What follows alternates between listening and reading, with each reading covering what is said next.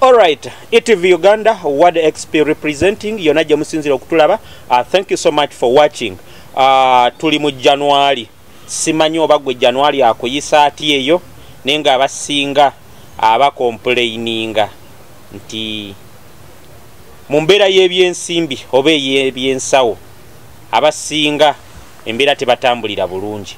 Wabula nga ke kaseera okumanya nti ne guno gujja kugwako era tukole nga tumanyi nti tulina ebyetaago Christmas season ejja, Easter ejja, tubeere nti tubeerako n'akasente mu nsawo. Abalina abaana abasoma ka school fees mutandiko kaawula muzammwe amugezeko okulaba nti embeera mugitambuza. Ward XP gemanya ndine muganda wange yekolera Abudu, tugenda kubanga tuwayawayamu mpola mpola. Omukulu ogamba otya? Ndi bulungi nga bulijjo nabako ddyo bubi. January akutambulira atya sofa? Tulinga abali mu November. Okay. Tulinga abali mu November. Actually bana abavubuka abalala n'abawala bo bakitwala nti obulamu ob'ensi ekomawa mu December. Kati ne oluusi ne beekamula ne bagenda mu byalo. Kati bagenda abamutuuka ovaayo ng'abazadde oluusi babatundidde n'ambizzi ate okubafunira transport yakola ki? Abakomyawo. Abakomyawo abatunzi. Yagenda n'omugaati gumu ne kilo za sukaali 2 atadda n'amatooke enkota 4. Saanyo bagenda abantu aba baavuwazza. Abakaaba obwavu ffe abazirina tetuli mu December naffe tuli mu January nga mmwe. Just twalina enteekateeka. Omuntu akola ate January obeera mu n'akasente? Kumanya nnakuyo janzi teribuuka na nzigi otegeera. So bana balala bwaba mu December alowooza okulya ku nkoko kwolwo ate n'agiddiŋŋana ate ng'obusobozi bwe bulina kulya bijanjaalo otegeera. So mulekeraawo okulaba omugagga atumiza kasoda naawe n'obagamba mpe kasitoni. So bala ensawo yo janzi teribuuka na nzigi. Bwemba ebbeeyi yange erina kuvuga karawumu siina nsonga lwaki nvuga taxi olw'okuba bajja avuga ki Ford. Nina kutambulira mu levo yange ey'ensawo yange. Awo wennyini amawulire mangi agabaddewo. Tugenda kusooka Bobi Wine baamugaana consultations, nawo tugenda kuddawo oluvannyuma. Tusooke tugende ku Ronald Mayinja. Ronald Mayinja yakoze ekisinde Peace for all, all for peace. Ekisinde ekyo kye yalonchingidde wali kalenda ng'agamba nti bo ekisinde kyabwe kya oba ku preachinga mirembe bo tebaliiwo nti kwawula mu bantu. Naye nga lwaki Mayinja tumuleese nti previously abadde wa People Power era nga ye yagaliza ekifo ky'eggomba tannayatula tetunnamanya naye nga okutereezaamu katono okweyagaliza ekifo ky'eggomba tolina kuba mu People Power kuba ne mu Parliament eriyo ababaka teri wa People Power. Oba Parliament ebaddewo ebbanga kisinde si kibiina. So ekisinde kya People Power kyakajja. So okweyagaliza ekyokubeera omubaka tolina kubeera mu People Power. Nenga yakoze ekisinde Peace for all for peace. Ekiraga nti simanyi ngeri gwe gy'okirabamu. Nenga abatunuulizi b'ebyobufuzi abamu bagamba nti ye yawudde ku People Power n'akola ekisinde ekikye. Abamu ne bagamba yalidde yasaze eddiiro wabula yayagadde kwebuzaabuza. Ate ng'alinga omu ku baakola nabo y'omu ku basajja eyali Prime Minister Amama Mbabazi. Abantu ne bagamba yabaddeyo. Babaddewo. Kugamba ebintu bye ne bireetera abantu abamu okwebuuza. Bobi Wine abantu bamuweddeko bwe batyo. Kansoke 221 anaatuukira ng'ali yekka bwanna munigina. Ankoloni Mayinja kadde waffe mu ndongo menta waffe oyolekedde obuzibu bw'otannamanya. Ekisooka oli mu mulembe gw'abantu abatategeera nnyo ate omulembe gw'abantu abanyiivu ennyo ate abakoowe ennyo. Tulina okubala kino kyenkola nkireetedde mu budde ki. Weewaawo si buli omu nti alina kubeera mu People Power naye olina okulowooza kino kyenkola kigenda kuvaamu ki. ensonga lwaki ngamba nti Ronald Mayinja yalidde nange nzikatiriza ekintu ekyo kale kambeera omu kuba tategeera nange ngambe nti yakoze ki yalidde olwaleero ku pressure y'ebyobufuzi eri mu Uganda ne ntigomya gye batigomyamu aba opposition nandirowooza nti singa ekintu ekyo tekyabadde kya gavumenti tekyaliyimiriddewo ku kalenda awo naye Mayinja yakoze ekintu kye nga kitambula bulungi ewatali poliisi kumutaataaganya ewatali ki ng'eri Bobi Wine alirira bakola ki bamuzoganya bwe bukeera nze yeekolera nenkola ekisinde ng'ekyo oba Chameleon si mawulire neggwe okuva ku ntandikwa obadde nga no so wa people power yaggula eyo obadde nga ambasada w'abatalina ddoboozi tuli ku bunkenke Africa bizeemu n'ennyimba endala nnyingi era yagambye tagenda kuddamu kuyimba nnyimba zaawula mu bantu zirwanyisa obukulembeze obwo bikamukiyite bwe yagambye ennyimba ezaawula yawula mu bantu bwe bati bwe bakireese nti bo baliwo kugamba kati okwawula mu bantu simanyi Mayinja kyayogerako bw'oba tewasobola kubaawulamu ng'okyali Mayinja oli ow'amaanyi ogenda baawuliramu weno Mayinja eyagwedda musically bwe kiba nga luli tebaakola ki tebaayawukamu olwaleero lwaki olowooza nti bannaye njawula yawula oluusi mu bawagizi bange ekisinde kye yakoze kiyinza omufuula ogwetutumu politikale kuba kati tulaba Mayinja eyeeyubula okuva mu music okudda mu byobufuzi Mayinja yagudde musically and politically because Mayinja abadde nga ajja ku stage recently yajja mu nkuuka abantu ne bamuwaniriza mwenzo ga oba Bobi Wine yakola n'aloopa ewa Ssaabasajja mwenzo ga Bobi Wine yazze olwaleero Mayinja bw'aba musajja Ronnie Mayinja ng'oli musajja genda ku stage yeefaanaanyiriza enkuuka olabe nti emyaka 2 gy'omaze mu ndongo tokubwangako kacupa leero bajja na bbufu kamu leero bagenda mukuba buli mususu then lwaki ekimulowooza nti saagala kwawula yawula mu bantu ndaba tugambe nti Mayinja alidde mu bantu olukwe abadde bamuwagira abazze bamuwagira nkugambye Chameleon bwakeera n'akola ekibiina ky'ebyobufuzi si mawulire olwaleero Mayinja bwokeera n'okikola ng'olwedde waliwo omusinde gw'obadde olina okweyungako oba mutwala obuyinza era gy'obadde olaga nti gimiridde wano ate gwe gwaba public enemy number 1 olw'ensonga wasooka n'olaga bali nti oli ku luuyi lwabwe ate olwaleero oli ku ki ku ludda lulala ekitegeeza nti olinga alaga nti bano gy'obadde tebalina mulamwa ekintu kyabwe tekirina gye kiraga okirabanga eggaali okutali lujegere okitegera oba emmotoka omutali engine so Uncle Ronnie Mayinja Mwami Ronald ekintu kye wakoze simanyi yakikubalidde naye waali soose kirowoozaako nnyo kuba ntandise nkugamba oli mu generation y'abakoowu era abatategeera nnyo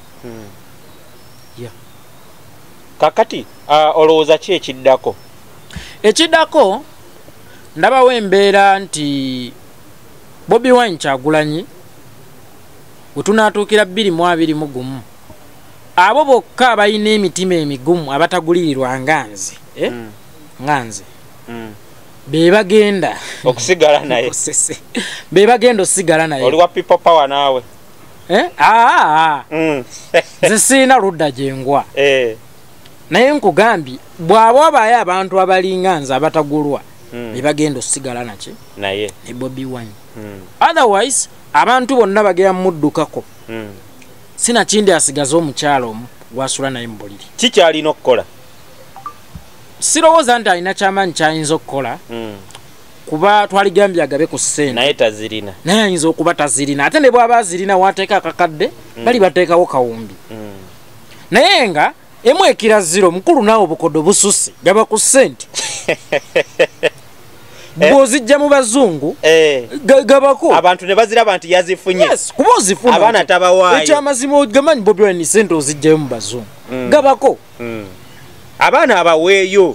Abaweeyo kubanga twakiraba wano by elections ze Hoima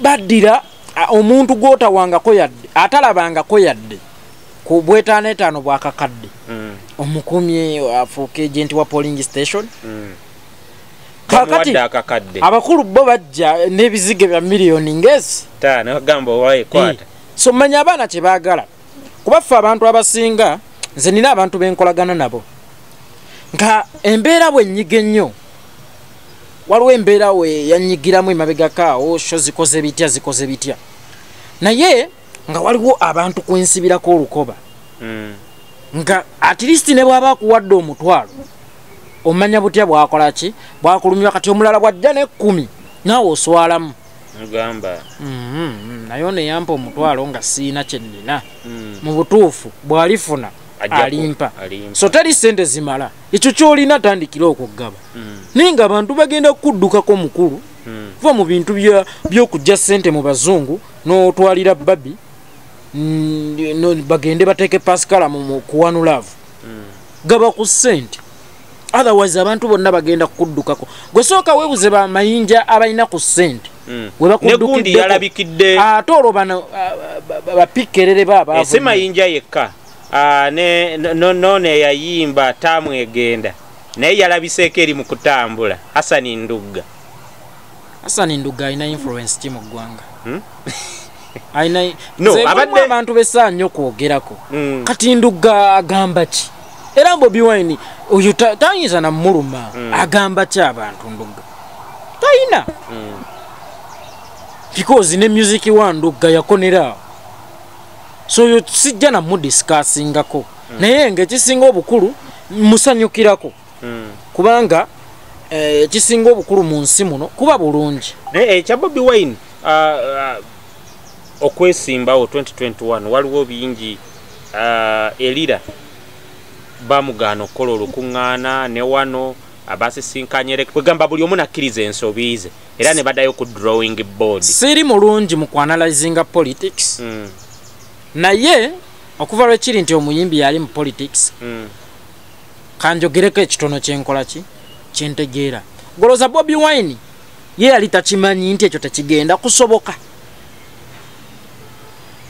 Bobi Wine bw'omugaana okukola ebyo byakola kugenda kwebuuza ku bantu oba omukolera kuba bwagenda yes era musanyufu kuba kagobake bwagenda na addressing abamawulire n'otabaako kyomukola tewali mawulire kyegagenda kwogera naye bwogera n'omusabula emiggo nga zisenyeni zikola ki zikuba noza mwakiraba mwaluwa tewali yali agenda kwogera nnyo ku Bobi Wine. Bobi Wine yali agera kukoma wano naye ejo emiggo gyebamukuba gyamutwala paka wala neyo gyanoga kaki kasente wadde etagabaako so ekisinga obukulu kino ekintu Bobi Wine kagobake buli lw'omutulugunyamu agamba tyo munyonyogedde n'aseka. Okay, mundowooza yolowooza People Power yinza okwambala engule 221 siyagala nnyo bamalamu maanyi siyagala nnyo bantu bamalamu maanyi naye nga mu amazima mugakola ki mugamanyi nedda 2021 no kyentegeeza sikitegeeza nti People Power teriyambala ngule naye bw'olaba disorganization eri mu People Power olwaleero olaba ng'ekyabulamu emyaka emirala ng'etaano oba 10 okwetereeza ate ekirala mufuuka ekibiina muve ku ebyo byandikisinde kuba ne Mayinja bw'akola ekisinde kyajja kugasa nava mu kikyo already fenna to forces of change twagala nkyuka mwewandiise mugisalinga ng'ekibiina otherwise engule mugenda kwambala y'amaggwa oba ya Radio Simba bayinza okwambala ya Radio Simba naye nga ye Bobi Wine omuntu alimu karakta y'obukulembeze leader kyeyolekera mu nnyimba leader not follower yes azze akyeteekamu nnyo His Excellency Bobi Wine ghetto president nga bw'akola video z'ennyimba nga video obuyonjo ajjanga omukulembeze w'eggwanga azze okwogerako eri eggwanga waliwo oluyimba luno wendi yava mu mmotoka ne babucamaani be nga bakyalina amukubidde zisaluti kati azze yeeyagaliza obukulembeze nga omugenzi Milton Obote bwe yalinga Obote gye yasomeranga ku desk ye yawandiikangako His Excellency Milton Obote so Bobi Wine one day agenda kutuukiriza sijja na kiita kirooto kye waliwo ekintu ekimulondoola Bobi Wine ekyobukulembeze kuba munda mu ye mubukola ki mwebuli ate Bebe Cool ye talina gundi ya bukulembeze mugoberezi ya Bebe Cool ali arrogant muntu ali arrogant tasobola kukulembera Bebe Cool tawabulwa mukulembeza alina okukola ki okuwabulwa and besides Bebe Cool ye nga ye obukulembeze mu ye tebukola ki tebumulira era tabwegwanyiza so toyinza naye mugoberezi mulungi muwagizi mulungi mulungi ng'akuwagidde actually kamuyite oba mobilizer kamuyite coach muduumizi mulungi kola bot nenga yebo muleta mu kisaawe nomugamba kola bot takisobola that is it Coach Bebe Cool agutendeka naye ate yaguzannya kalinga wenga ngoki wanvuya tobanga olina gy'okivuga okiraza oyinza okuba oyagala kunjokesa alright ETV Uganda Word XP is my name ndi wane muganda wange yekolera Abuddu ku kamera nkoze ne Morris Fresh Eyes tugezaako kwasaganya embeera nga bweri. Alright, katumulemu katono nnyo tugenda kubanga tukomawo n'ebintu ebirala bingi ebibaddewo mu mawulire kengisa ha Bebe Cool. Bebe Cool tukyamuliko nnyo. Mpozi n'ekirala ku kyamayinja kyembadde ndeseeyo. Mayinja kino ekintu kyeroleka bwatu nti kyazze kulwanyisa na people power. Era abakulu bakimanyiiko nnyo. Anaamalako ye. No, tekisoboka. Naye nga people power, our power, people power. Peace for all for peace. All for peace, peace for all. Nojjo tunuulira obugi mu bbaala. Yakopye. No, yazze kulwanyisa kintu kiri era ino kikubanga bwe kiri. Yeah, that is it. Okay. All right, let's take a small break. Then we come back. Thank you so much for watching. Yonaje musinziro kutulaba. Bannange muli mutya bakadama mwenna. Bakadama batulaba nnyo batugoberera. Abatulaba mwenna batulaba nga muri mu United Arab Emirates, Dubai, Abu Dhabi, Alain, Sharjah, Ras Al Khaimah, Fujairah. Thank you so much. Abali Oman, abali Saudi Arabia, abali Bahrain, abali Qatar, abali South Africa mu bibuga byonna, Durban, Pretoria, Johannesburg, abali mu United States, abali mu Europe, Scandinavian countries wonna, abali UK. Thank you so much for watching. Abali Canada mwebali nnyo mwebalire ddala. Ka video ka sharing, leave a comment. Buli kimu tugenda kubanga tukikutuusaako nga bw'okyetaaga. Mbagala nnyo baganda bange. Thank you so much for watching.